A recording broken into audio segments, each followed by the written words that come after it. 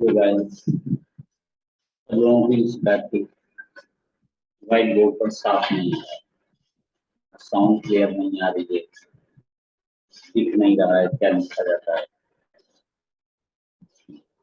तो इसलिए देखो आप की कोई दिक्कत होता है तो हम लोग कर रहे थे कि मूल कॉन्सेप्ट मूल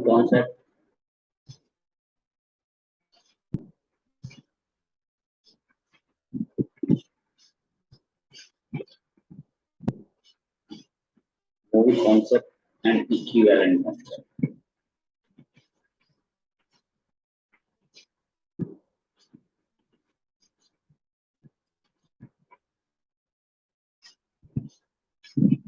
equivalent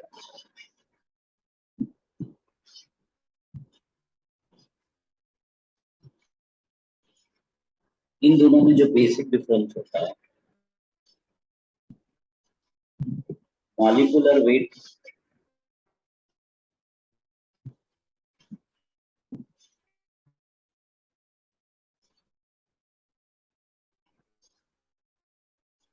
with fix value,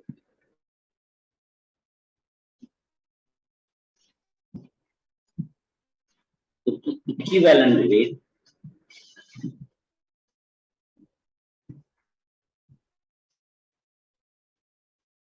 equivalent weight होता है, ये variable value.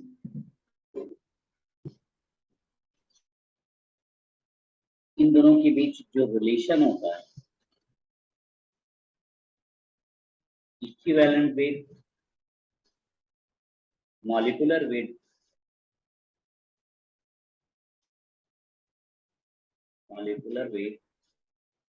divided by valency factor,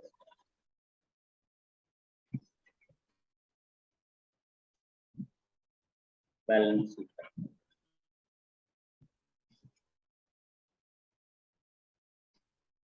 इसको हम लोग n से या f से डोनेट करते हैं। यानी अगर हमें किसी का भी इक्विवेलेंट वेट निकालना होगा तो हम सबसे पहले निकाल देंगे उसका मॉलिक्यूलर वेट और उसके वैलेंसी फैक्टर से डिवाइड करेंगे तो हमारे पास इक्विवेलेंट वेट होगा। अब अभी तक हम लोगों ने देखा था कि हम लोग देखेंगे एक हमारे पास नॉन रेडॉक्स इक्वेशन होगी, नॉन रेडॉक्स रिएक्शन के लिए। और इसमें हमने देखा था कोई भी एलिमेंट के लिए देख रहे थे,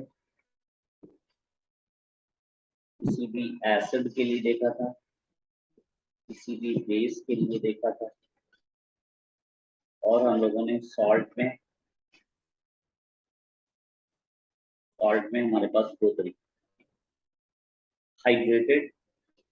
हाइड्रेटेड सॉल्ट्स थे एंड अनहाइड्रेटेड।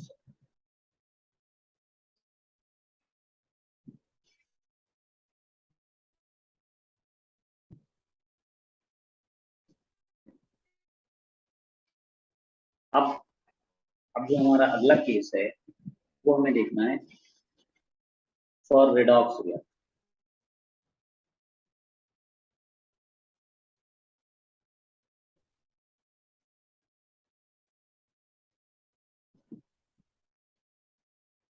रेडॉक्स रिएक्शन के लिए हमें n फैक्टर मीन्स हमें चाहिए वैलेंसी फैक्टर।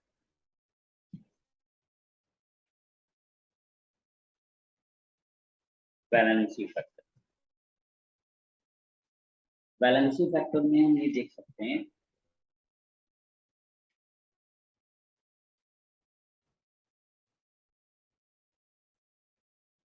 वैलेंसी फैक्टर को हम या तो n से या तो f से डिवाइड करें। और किसी भी केमिकल इक्वेशन में जब हम लोग देखेंगे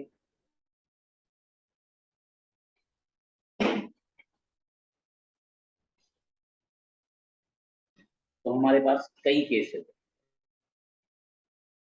है। एक हमारे पास वैलेंसी फैक्टर नॉर्मल केस है,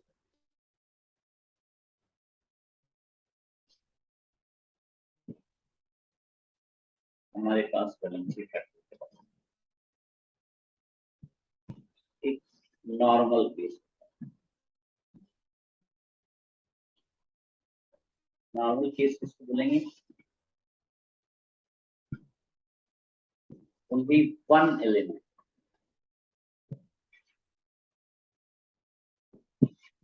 oxidation state change.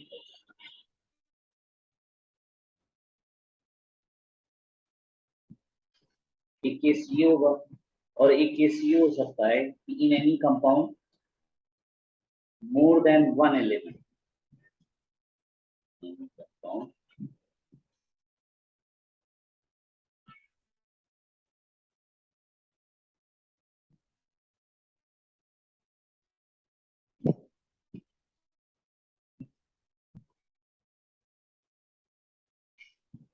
more than one element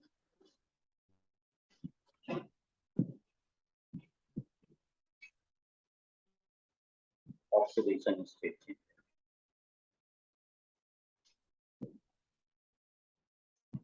सबसे पहला केस हम लोग देखते हैं नॉर्मल केस। केस वन है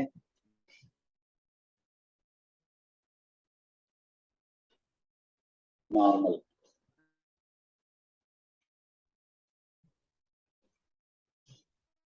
नॉर्मल केस में हमारे पास होगा in any compound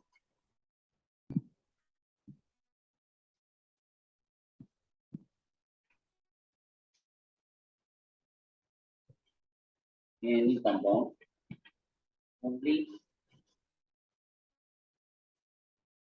one element changes its oxidation state।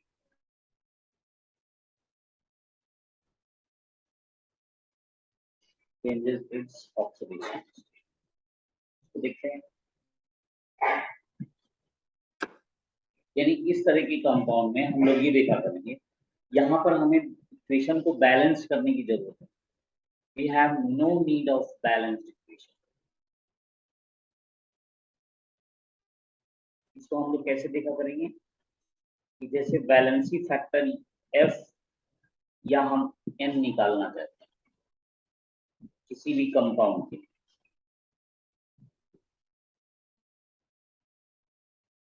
उसमें हम लोग कैसे देखा करेंगे? मॉडुलस लेंगे, यानी ये वैल्यू जो होनी चाहिए वो हमेशा पॉजिटिव होनी चाहिए। यानी इंडेक्स होगा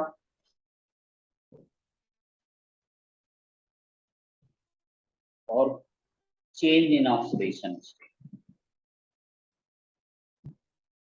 चेंज इन ऑक्सीडेशन स्टेट और इसका मॉडुलस यानी पॉजिटिव वैल्यू।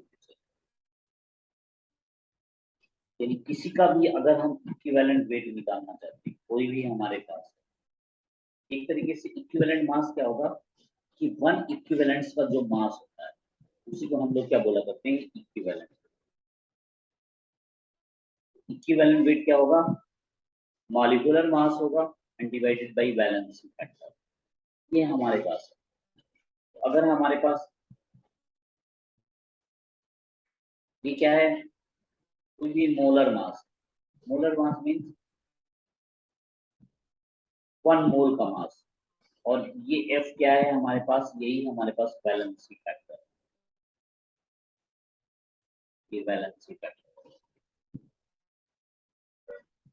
अब ये इक्विवेलेंट वेट का कॉन्सेप्ट हमें क्यों पढ़ना होगा? क्योंकि बहुत सी जगह हम लोग एस्टिमेशन करेंगे तो वहां पर इसका एप्लीकेशन होगा। और सबसे खास बात क्या होगी कि किसी भी स्टोइकियोमेट्रिक कैलकुलेशन को अगर हम देखेंगे तो वहां पर हमें बैलेंस्ड इक्वेशन की जरूरत है। तो हम बगैर बैलेंस किए हुए हम इस कॉन्सेप्ट से इसका यूज कर सकते हैं। तो जैसे हमारे पास कुछ टाइट्रेशन वगैरह का होता है तो हम टाइट्रेशन में इसका एप्लीकेशन कर सकते हैं। तो हम एक केस को देखते हैं। तो इक्विवेलेंट मास जो होता है तो वन इक्विवेलेंट सब्सटेंस का जो मास होगा उसी को हम लोग वन इक्विवेलेंट वेट कहते हैं। अब ये बात हमें याद रखना है कि ये जो इक्विवेलेंट वेट होगा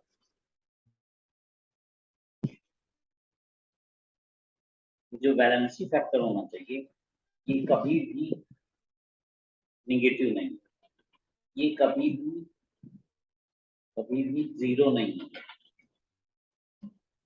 निगेटिव नहीं होगा, जीरो नहीं होगा, और क्या नहीं होना चाहिए, ये हमेशा पॉजिटिव होगा, पॉजिटिव होना चाहिए। और वो भी कैसी होनी चाहिए, इंटीग्रल या फ्रैक्शन वैल्यू,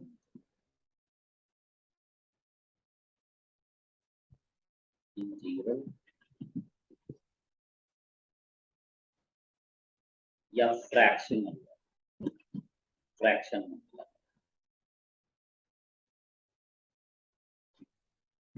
जैसे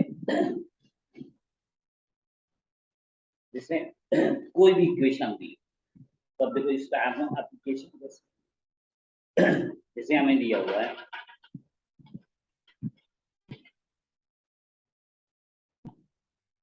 कोई भी इक्वेशन हमें दिया है, मान लो I2 दिया है और उसको हमने I2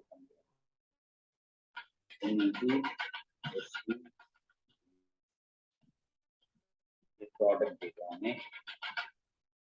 NaI प्लस Na2S4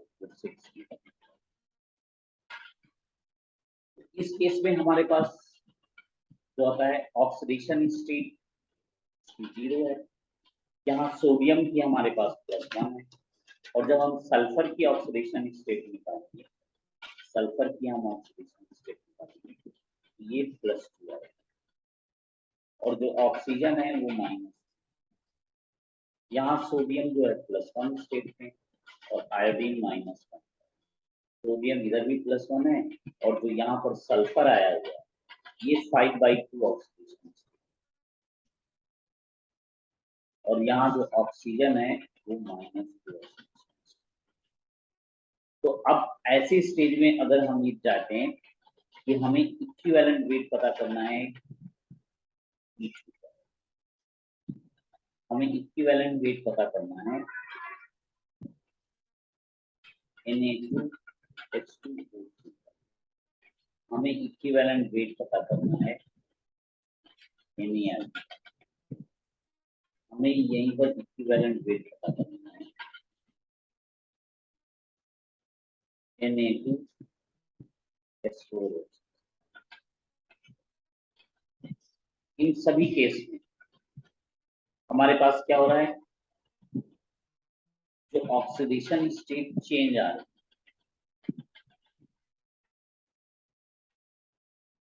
0 से -1 चेंज आ रही है,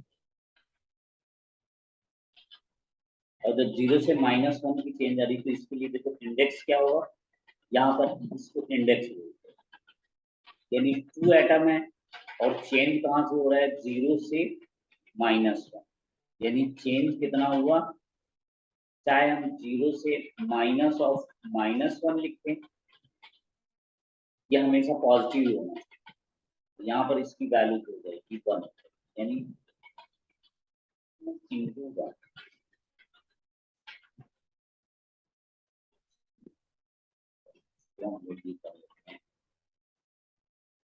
क्या है, ये सब वैलेंसी फैक्टर है, नहीं वैलेंसी फैक्टर।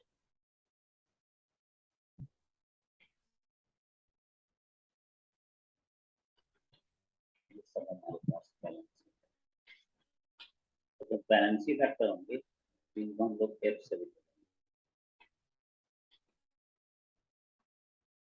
तो जब इसके लिए हम देखेंगे तो ये कितना हो जाएगा 2 into 1, यानी इसका वैलेंसी फैक्टर होगा, यानी अगर हम इसको देखें तो इस वाले कंपाउंड में हमारे पास चेंज ऑक्सीडेशन स्टेट केवल सल्फर की है, और जब सल्फर यानी केवल एक ही कंपाउंड का चेंज हुआ है,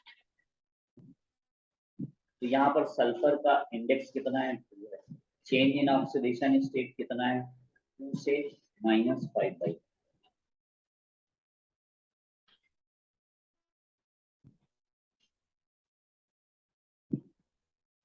यदि वैल्यू -12 आ रही है तो इसको हम लोग मॉडुलस में लेंगे, तो जब मॉडुलस में लेंगे तो क्या हो जाएगा, 2 into half, this one become 1, इसके लिए वैलेंसी फैक्टर यहाँ पर है। अगर हम यहाँ पर इक्विवेलेंट वेट निकालना चाहें I2 का, I2 का निकालेंगे, इसका मॉलिक्यूलर वेट लिखेंगे और वैलेंसी फैक्टर जो हमारे पास आया है, यहाँ पर अगर हम चाहें तो इसके लिए हम लोग इक्विवेलेंट वेट अगर निकालना चाहें, इक्विवेलेंट वेट Na2H2O3 के लिए हो जाएगा, इसका मॉलिक्यूलर वेट रखेंगे एंड वैलेंसी फैक्टर बनाया है। यहाँ पर हम अगर वैलेंसी फैक्टर NaI के लिए निकालना चाहते हैं तो NaI में क्या होगा, अब इस साइड से अगर हम चलते हैं तो अगर हम इस साइड से चलते हैं तो चीज वैसे ही देख रहा है, चेंज किस पर हो रहा है, केवल आयोडीन पर। तो आयोडाइड चेंज हो रहा है I2 माइनस I चेंज हो रहा है I2 पर। तो यहाँ पर हमारे पास इंडेक्स 1 है, और जब इंडेक्स 1 है तो चेंज इन ऑक्सीडेशन स्टेट इस केस में भी हमारे पास 1 आ रहा है। 1 कैसे आ रहा है उसको जैसे हमने कहा -1 था और -1 से ये 0 में चेंज होता है, तो इसका भी हम मॉडुलस ले लें, इसका मॉड अगर हम ले लें जो भी वैल्यू होनी चाहिए पॉजिटिव में चेंज आना चाहिए। तो अगर हम इसको लेते हैं तो ये 1 हो जाएगा,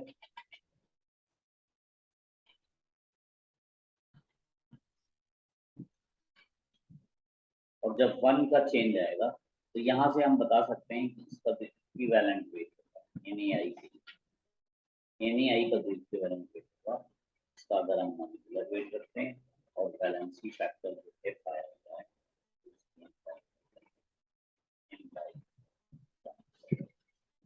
अगर हम इसके लिए देखते हैं वैलेंसी फैक्टर तो यहाँ पर हमारे पास जो इंडेक्स है, चेंज किसका हो रहा है, सल्फर का हो रहा है, और सल्फर यहाँ पर क्या है, और इस चेंज को हम देखते हैं तो चाहे हम जिधर से देख लें चेंज बस उतने का ही होना चाहिए, हाफ का चेंज आ रहा था।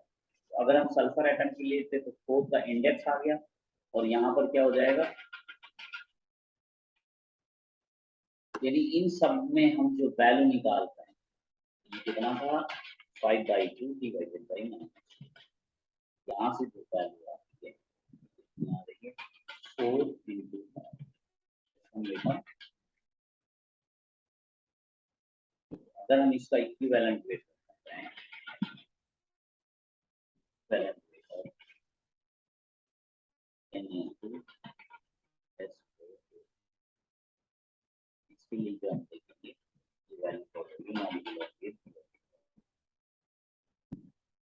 यानी इन सब में हमें कैसे करना है, कभी भी हमें वैलेंसी फैक्टर किसी भी कंपाउंड के लिए निकालना है, किसी भी हम कंपाउंड के लिए निकालना है तो हम कैसे देते हैं, हम इंडेक्स लिखेंगे, इंडेक्स दिया है और चेंज इन ऑक्सीडेशन होता है,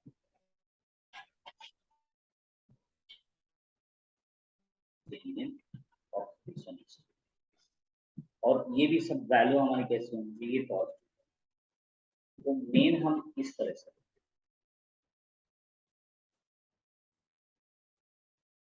यानी कोई भी रिएक्शन भी हो, कोई भी रिएक्शन से अगर हम देखना चाहें तो हमारे पास पहला सेट क्या होता है कि किसी में भी अगर एक कंपाउंड में चेंजिंग हो, किसी भी कंपाउंड में केवल एक एलिमेंट की ऑक्सीडेशन स्टेट अगर हमारे पास चेंज हो, उसी केस में हम लोग देखेंगे।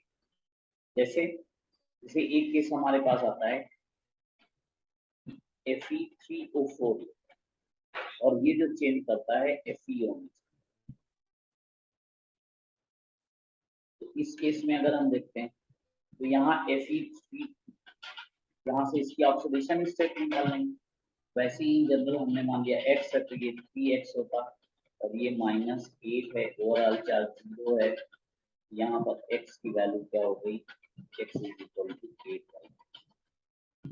यहाँ पर x की वैल्यू कितनी आ रही है 8/3 प्लस, और ऑक्साइड जो है -2, यहाँ पर जो देखेंगे तो ये +2 स्टेट पर है।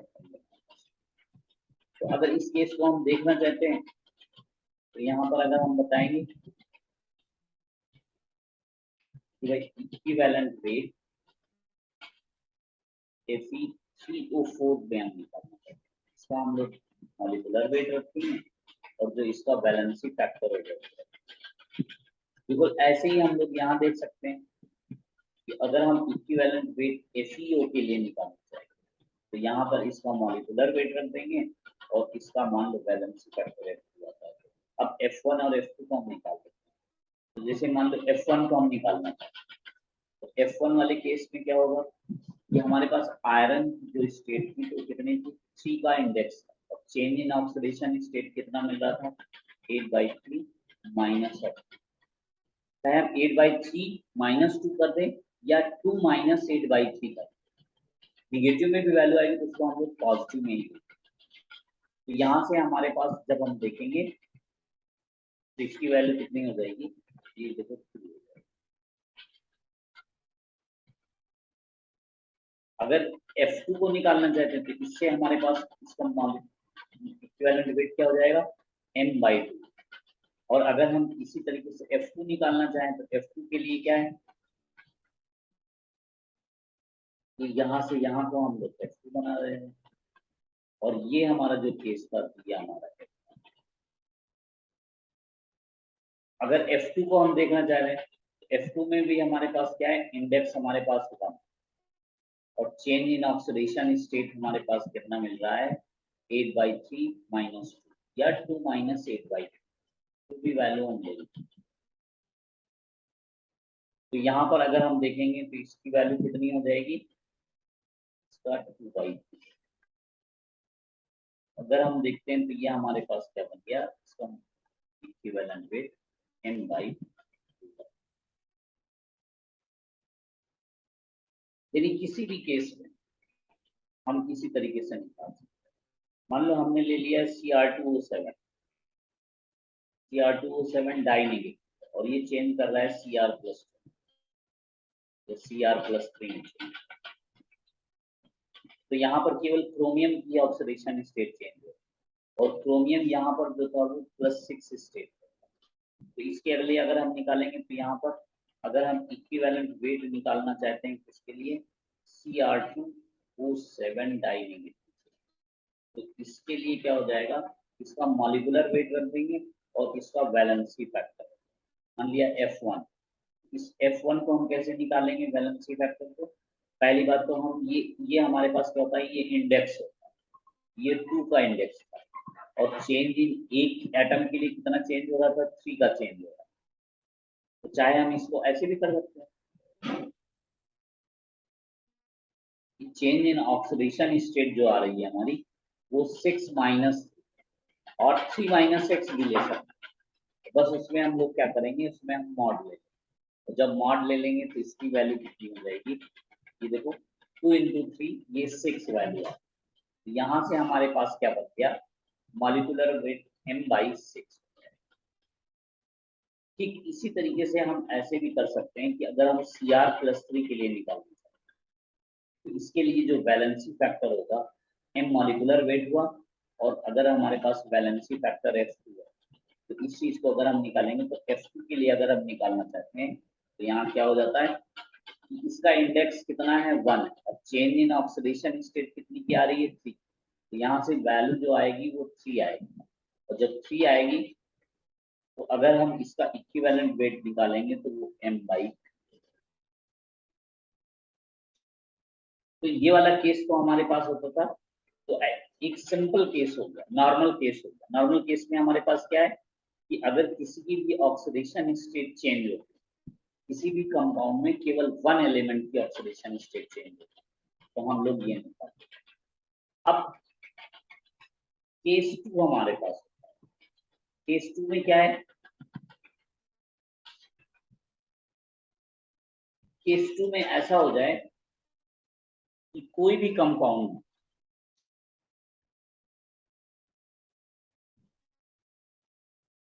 इन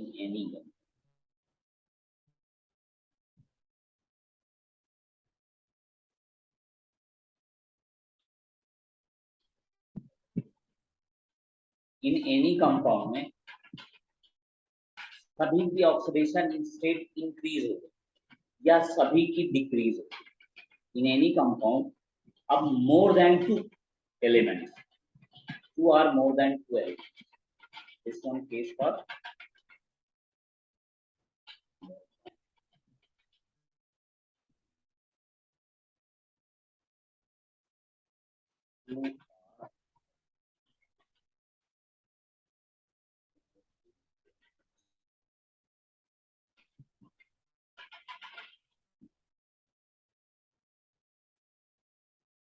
two elements oxidation state changes.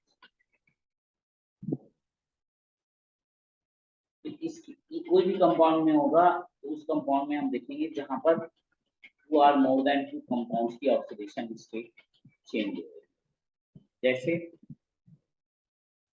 इन सभी में क्या होना चाहिए, या तो सभी की ऑक्सीडेशन स्टेट इंक्रीज करेगी या सभी की डिक्रीज करेगी। तो ऐसे केस में हम लोग क्या करते हैं,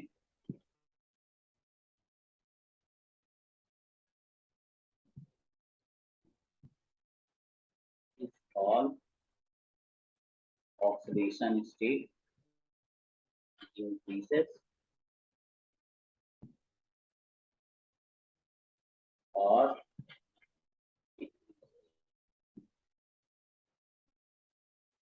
सभी या तो इंक्रीज कर रही होगी या तो सभी डिक्रीज कर रही।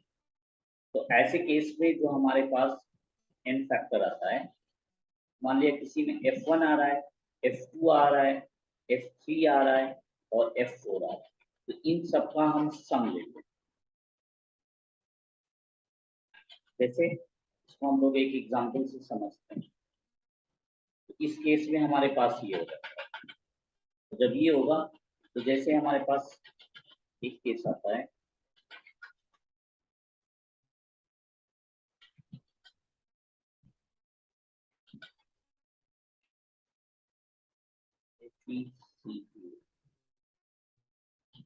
ये चेंज होगा हमारा Fe+3 केस में और यहाँ CO। इस केस में पहले तो हम सबकी ऑक्सीडेशन स्टेट, कार्बन यहाँ 4 स्टेट और जो आयरन है वो +3 पर, यहाँ पर जो आयरन हो रहा है वो +2 स्टेट और यहाँ जो कार्बन मिल रहा है वो हमारे पास +3 स्टेट। तो एक तो चेंजिंग इस कंपाउंड में 2 की चेंजिंग हो रही है, तो एक हमारे पास चेंज हो रहा है, ये मान लिया हमने F1 केस, और एक कार्बन में चेंजिंग हो रही है, तो कहां से कहां हो रही है, तो यहाँ पर भी ऑक्सीडेशन स्टेट 2 से 3 जा रहा है, यहाँ जो ऑक्सीडेशन स्टेट है वो इंक्रीज है। और जब इस केस में हम देखते हैं तो 3 से 4 जा रहा है, यहाँ भी ऑक्सीडेशन स्टेट जो है इंक्रीज हो रहा है। तो अब अगर F1 के लिए हम देखते हैं, आयरन का इंडेक्स 1 था, चेंज कितने का हो रहा था, 1 का, यहाँ पर 1। अगर इसी को हम दूसरे केस में देखते हैं, कार्बन के लिए मान लिया F2 है और F2 है, तो यहाँ पर इसका इंडेक्स कितना है, 2 है, और एक में 3 से 4 का चेंज यानी 1 का चेंज हो रहा है।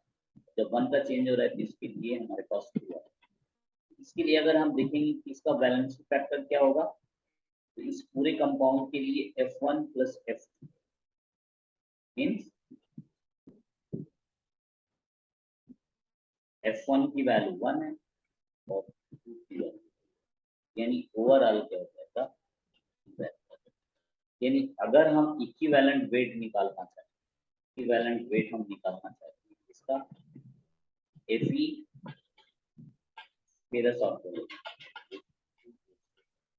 यहाँ पर इसका हमें मॉलिक्यूलर वेट देना होगा और इसका बैलेंस इफेक्ट।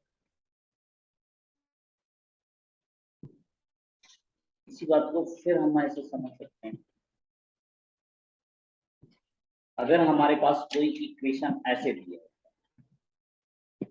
जैसे K4, इस एग्जांपल से भी हम समझ, जैसे हमारे पास दिया हुआ है K4 FeCN,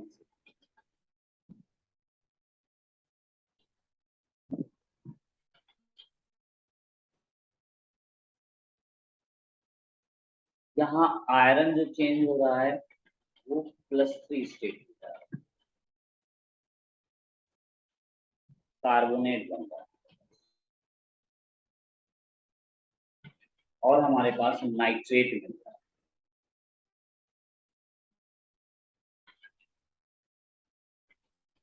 नाइट्रेट मिल रहा है।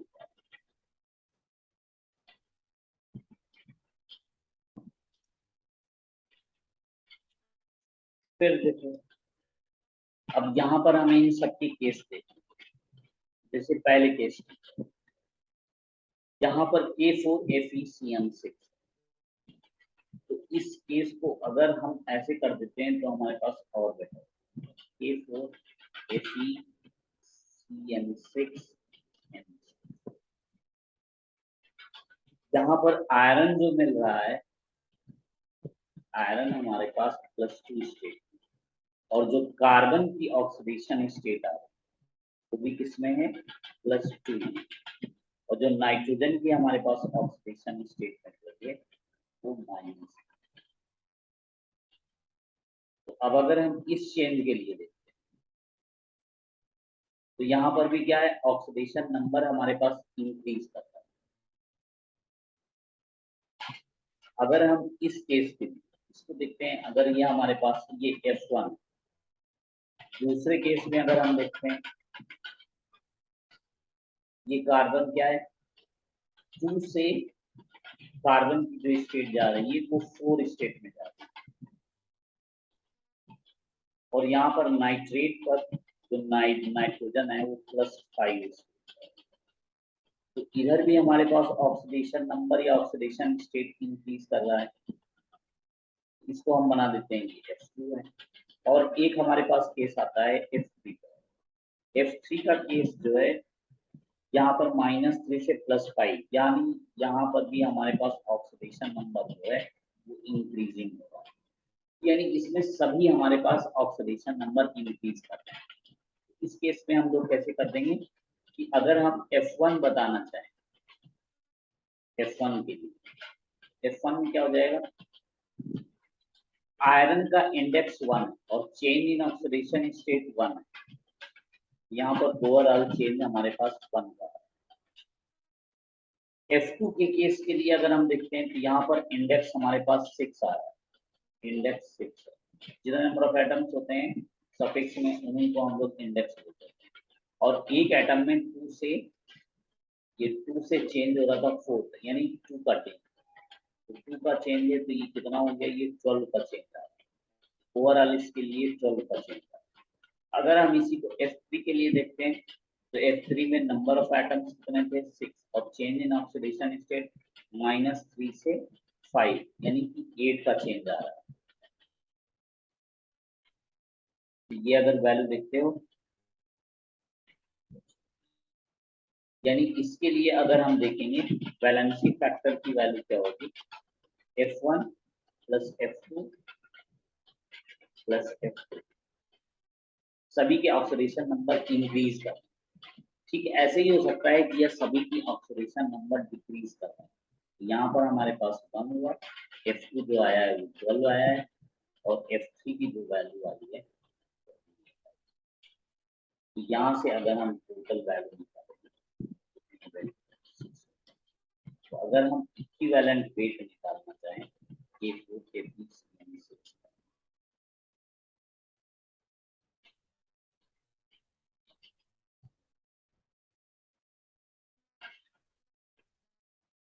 तो इसकी वैल्यू क्या हो जाएगी, मॉलिक्यूलर वेट डिवाइडेड बाय, एक तरीके से ये हमारे पास दूसरा केस।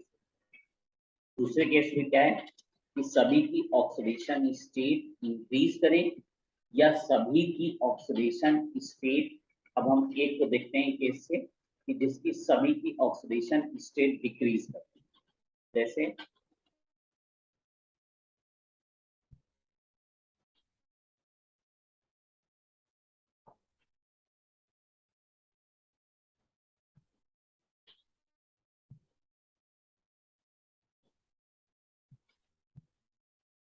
आयरन और ये तो अगर इस केस को देखते हैं, यहाँ पर जो आयरन है वो +3 स्टेट, और यहाँ पर नाइट्रोजन की जो वैल्यू है वो नाइट्रेट स्टेट में, तो यहाँ +5 और ऑक्सीजन -2। यहाँ पर जो नाइट्रोजन मिल रहा है वो +2 और -2। तो आयरन का चेन यहाँ पर ऑक्सीडेशन नंबर या ऑक्सीडेशन स्टेट हमारे पास डिक्रीज कर रहे हैं, वहां से 3 से 2 में जा रहे हैं। तो अगर हम इसको मान लेते हैं इसका ये था, तो इसके पास इंडेक्स 1 का था और चेन कितने का हो रहा था, 1 का। Overall value 1। अगर किसी दूसरे केस को हम ले लेते हैं नाइट्रोजन के, तो नाइट्रोजन के लिए हमारे पास क्या है, ऑक्सीडेशन नंबर यहाँ पर भी हमारे पास क्या है, 5 से 2 जा रहा है, मीन्स डिक्रीजिंग हो रहा है। जब डिक्रीजिंग हो रहा है तो यहाँ पर क्या करेंगे, इसके लिए इंडेक्स कितना होगा, ये हम बना देते हैं F2। तो इंडेक्स इसके लिए 3 बनेगा, 3 अंदर जाएगा, जब 3 जाएगा अंदर, है ना, कोई दिक्कत हो तो बताना। अब हम समझते हैं, इतनी बात हम लोग सीख जाएंगे। 3 का इंडेक्स होगा और चेंज कितने का हो रहा है, यहाँ से जो वैल्यू आ जाएगी वो 9। अगर हम ये चाहें इक्विवेलेंट वेट निकालना चाहते हैं किसका, FeNO3 वोल्टर्स,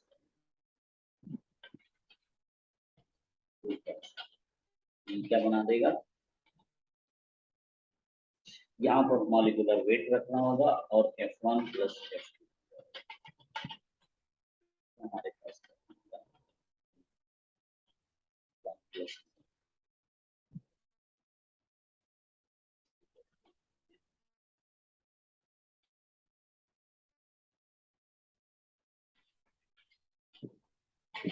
तो या तो सभी इंक्रीज कर रहे हैं या सभी डिक्रीज कर रहे हैं, तो वहां से हम इन केस को देखें।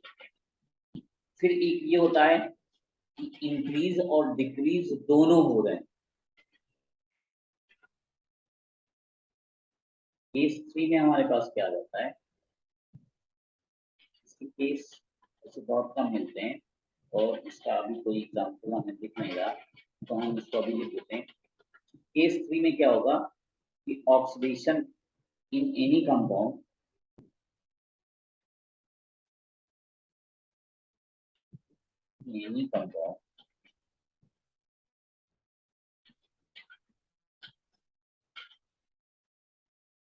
some element oxidation state increases and some elements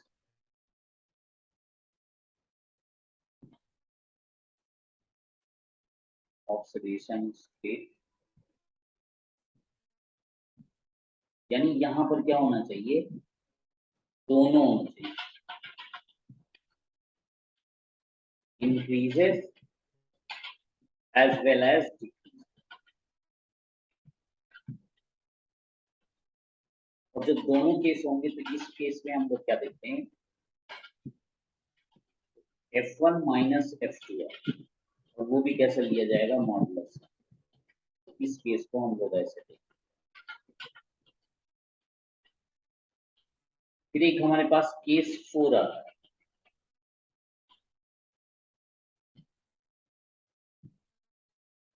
case 4 में इक्विवेलेंट हम लोग डिस्प्रोपोर्शन रिएक्शन का निकालते हैं।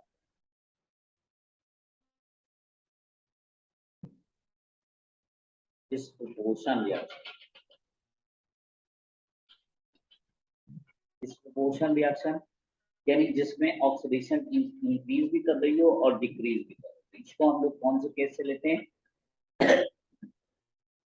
जैसे हमारे पास रेजिस्टेंस होता है और वो पैरेलल स्टेट में, तो अगर एक का R1 होता है और R2 होता है, इसका जो रिजल्टेंट आता है 1/R = 1/R1 + 1/R। तो यहाँ से R की वैल्यू जो आ जाएगा R1 × R।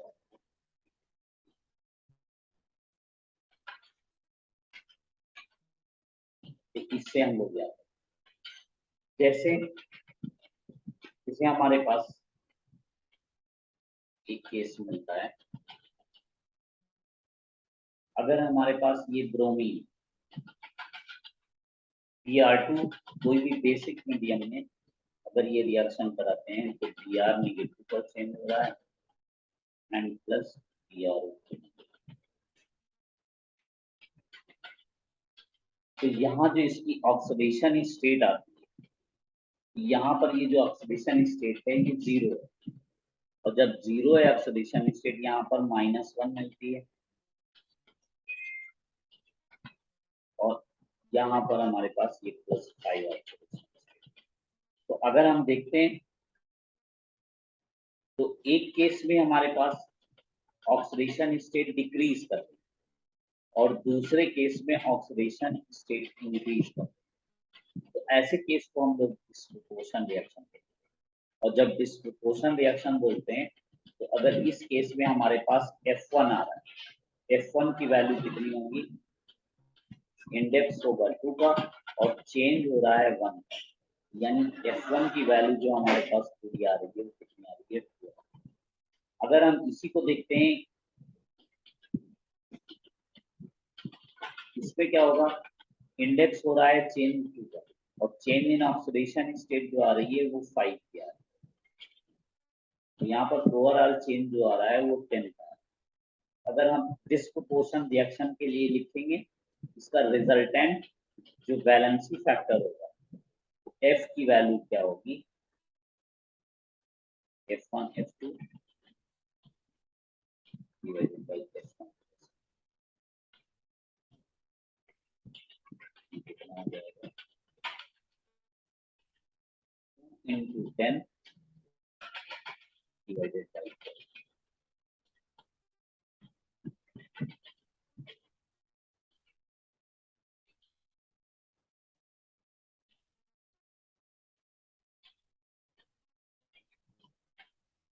यहाँ पर जो वैल्यू आ रही है वो 5/2 आ रही है।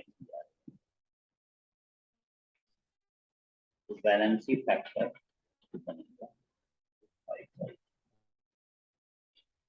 अब अगर इक्विवेलेंट वेट निकालें तो इस इक्वेशन के लिए इक्विवेलेंट वेट दिया होगा मॉलिक्यूलर वेट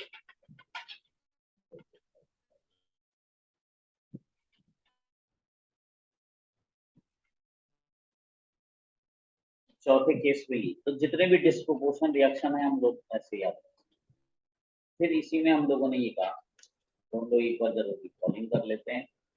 हमने क्या क्या देखा, हम लोग ये देख रहे थे कि यहाँ पर कोई भी इक्विवेलेंट कॉन्सेप्ट कौन सा है, तो मोल कॉन्सेप्ट और इक्विवेलेंट कॉन्सेप्ट दोनों में डिफरेंस क्या है, मॉलिक्यूलर वेट हमेशा फिक्स रहे, फिक्स वैल्यू देगा, जबकि इक्विवेलेंट वेट हमारे पास वेरिएबल वैल्यू है। इक्विवेलेंट वेट किसको कहते हैं, वन इक्विवेलेंट का जो वेट होता है उसी को हम लोग इक्विवेलेंट वेट कहते हैं, और जो कि हर एक रिएक्शन में अलग अलग वेरी कर सकता है। इक्विवेलेंट वेट की जो वैल्यू होती है वो डिपेंड करती है वैलेंसी फैक्टर। वैलेंसी फैक्टर हमारे पास कहाँ से आता है, वैलेंसी फैक्टर निकालने के लिए हम लोगों ने देखा कि अगर हम कोई भी रिएक्शन लेते हैं तो वैलेंसी फैक्टर के लिए नॉर्मल केस में हम लोग कैसे निकालते हैं, किसी भी कंपाउंड में केवल एक ही एलिमेंट की ऑक्सीडेशन स्टेट चेंज हो, या ऐसे भी केसेस हो सकते हैं कि जिनमें मोर देन टू और मोर देन टू एलिमेंट्स की ऑक्सीडेशन स्टेट चेंज होगी, तो उसमें हम लोग देखा करेंगे कि उस केस को हम कैसे करते हैं। तो हमने पहले केस को किया जो नॉर्मल केस था कि केवल एक एलिमेंट की ऑक्सीडेशन स्टेट चेंज, तो ऐसे वाले कंपाउंड की हम वैलेंसी फैक्टर कैसे निकालते हैं, इंडेक्स लेंगे और चेंज इन ऑक्सीडेशन स्टेट देते हैं, और वो भी कैसा होना चाहिए, पॉजिटिव वैल्यू। तो equivalent weight molecular weight divided by valency factor, और यहाँ पर ये सब वैल्यू जो होनी चाहिए, वैलेंसी फैक्टर कभी भी निगेटिव नहीं रहेगा, जीरो नहीं रहेगा, और ग्रेटर देन जीरो होगा तो उसमें भी हमारे पास फ्रैक्शनल वैल्यू या इंटीग्रल वैल्यू है। फिर हम लोगों ने एग्जांपल से देखा, यानी कोई भी इक्वेशन होगी तो हर एक इक्वेशन में हर वही इंडेक्स को फॉलो करते हुए हम लोग चलेंगे और यहाँ से हम लोग ऑक्सीडेशन स्टेट ये हमारे पास नेक्स्ट एग्जाम्पल था। फिर हम लोगों ने किया अगले एग्जाम्पल में देखा, फिर इसी को हमने केस 2 में देखा कि अब यहाँ पर कहा कि 2 आर मोर देन 2 एलिमेंट्स किसी कंपाउंड में हो और उनकी ऑक्सीडेशन स्टेट चेंज। तो ये केस उसमें काम करेगा जिसमें सभी लोग इंक्रीज कर रहे हो या सभी की ऑक्सीडेशन स्टेट डिक्रीज कर रहे हो, उनका टोटल सम हो जाता है, यही वैलेंसी फैक्टर हो जाता है। एक केस हमारे पास ये हो सकता है, तो ये पहले केस में देखा कि हमने सबकी ऑक्सीडेशन स्टेट इंक्रीज कर रहे थे, तो इसके लिए अगर हम बैलेंसिंग फैक्टर देखते हैं तो क्या कर देंगे, इसका सम कर देंगे, तो इक्विवेलेंट वेट हमारे पास इस हिसाब से बनता है। दूसरे केस में क्या हो रहा था, सबकी ऑक्सीडेशन स्टेट डिक्रीज कर रहे थे, तो इसमें भी हम लोग सम ले लेते हैं, और जब सम लेंगे तो यहाँ पर हमारे पास क्या हो गया, F1 और F2, यानी इक्विवेलेंट जो बना वो F1 प्लस F2। और जब इसकी वैल्यू हम निकालेंगे तो यानी टोटल की वैल्यू कितनी हो गई, 1 + 9।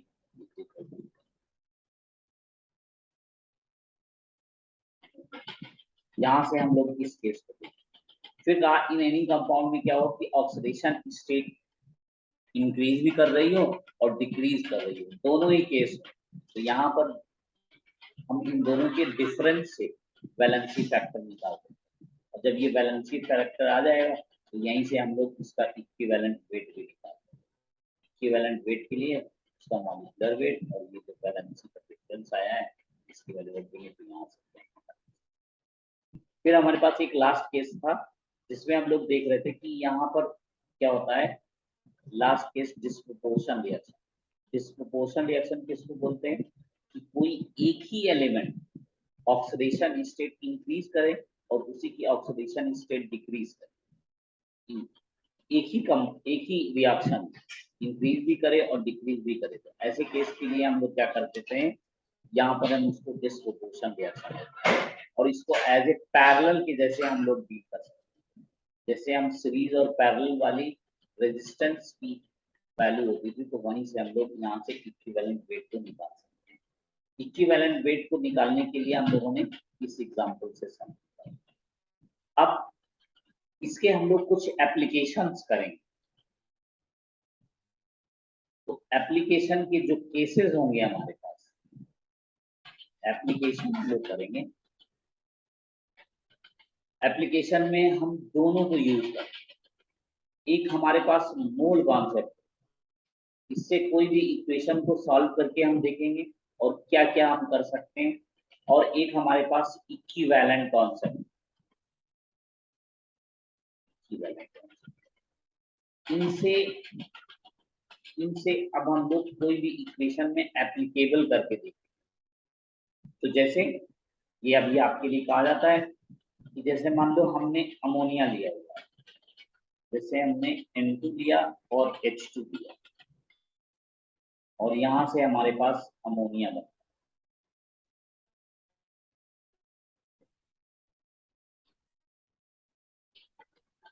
तो इस केस के लिए हमें ये देखना है, इस वाली इक्वेशन में हमें ये बताना है, हम इसका मान लो ये एग्जाम्पल, इसके दोनों केस लोग सॉल्व करेंगे। इसमें हम लिखते हैं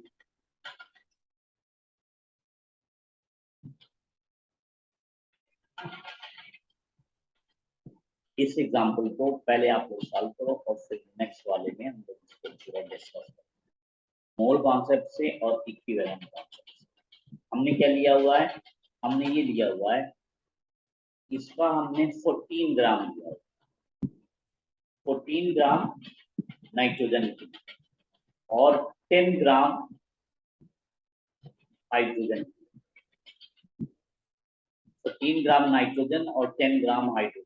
तो इसमें हमें फाइंड करना है, क्या क्या फाइंड करना है। पहली बात हमें ये बतानी है कि लिमिटिंग रिएजेंट क्या होता है, कौन है, कैसे है, इसको लिमिटिंग रिएजेंट हमें पहले बताना। दूसरा हम देखेंगे एक हमारे पास एक्सेस रिएजेंट,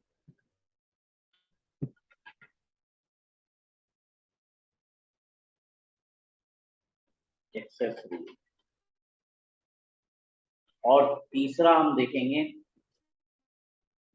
कि मोल्स ऑफ प्रोडक्ट क्या है।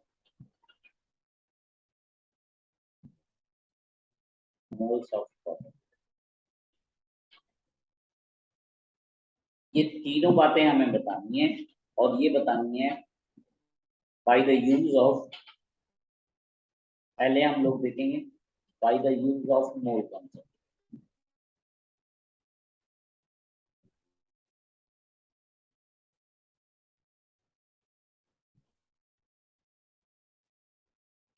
पहला मेथड हम ये देखेंगे एंड सेकंड मेथड ये देखेंगे by the use of equivalent.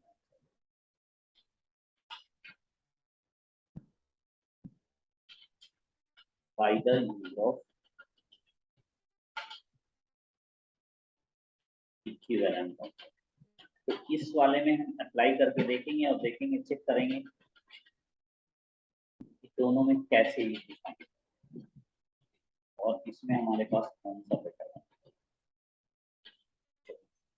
फिर मिलते हैं। ये एग्जाम्पल को आप सब लोग सॉल्व करना और फिर हम लोग